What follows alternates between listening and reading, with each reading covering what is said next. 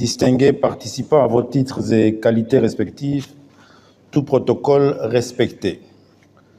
À l'entame de mon exposé, permettez-moi tout d'abord de rendre un vibrant hommage au président de la République démocratique du Congo, son Excellence Félix Antoine Tshisekedi Tshilombo, chef de l'État et magistrat suprême, tout en vous rassurant mon adhésion totale à sa position prise lors du briefing hebdomadaire du 22 février de cette année.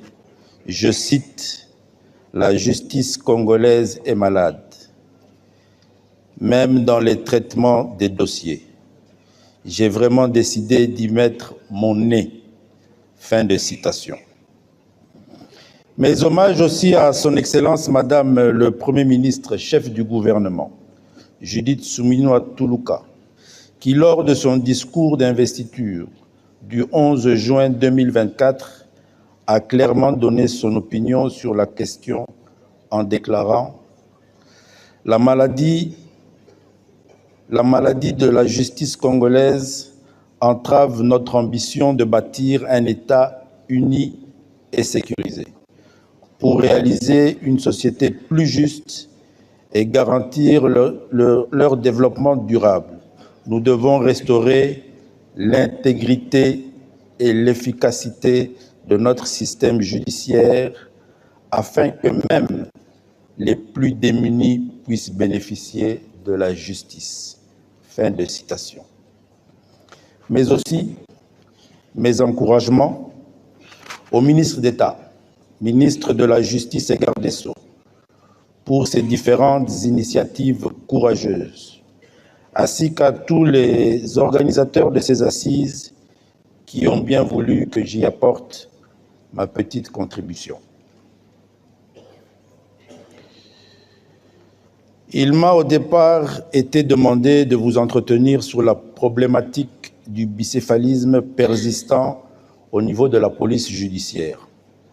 Analysant en profondeur la thématique telle que retenue par les organisateurs, j'ai vite décelé le risque de passer à côté du véritable problème que les États généraux de 2024 devraient, avec ma contribution constructive, résoudre pour mettre fin aux avancées en reculant, si pas mettre fin à l'immobilisme observé dans la réforme en cours de la police nationale en général. Avant d'entrer dans le vif du sujet, je vous propose donc de remplacer seulement un mot par un autre. C'est-à-dire, je vous propose de remplacer la problématique du bicéphalisme persistant par la problématique du dualisme juridique persistant au niveau de la police judiciaire. Le concept bicéphale est plutôt employé pour identifier une administration qui relève de deux chefs. Allusion ici faite de deux têtes ou de deux tutelles, ce qui n'est pas à proprement parler le problème dans le cas d'espèce. Le problème dont question ici est la persistance de deux textes juridiques sur les agents de la police judiciaire.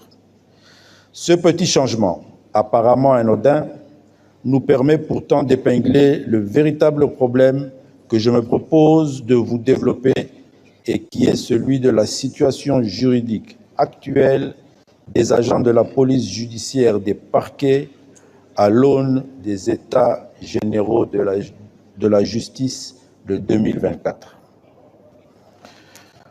Comme vous l'accordez avec moi, mon thème du jour devient donc de la problématique du dualisme juridique persistant au niveau de la police judiciaire.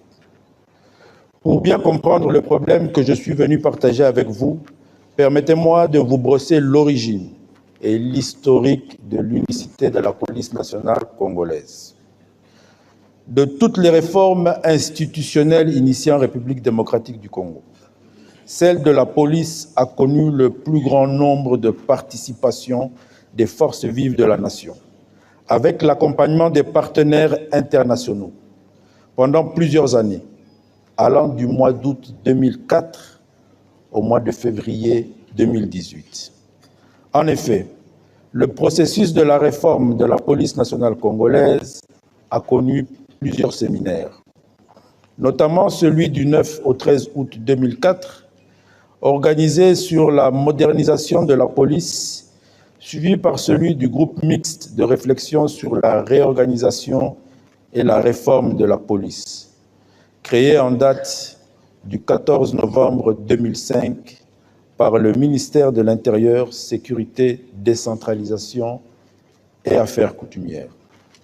Il convient de noter que toutes ces assises ont notamment exprimé la volonté politique d'unifier au sein de la police nationale congolaise toutes les polices existantes, notamment la police judiciaire des parquets et le BCN Interpol.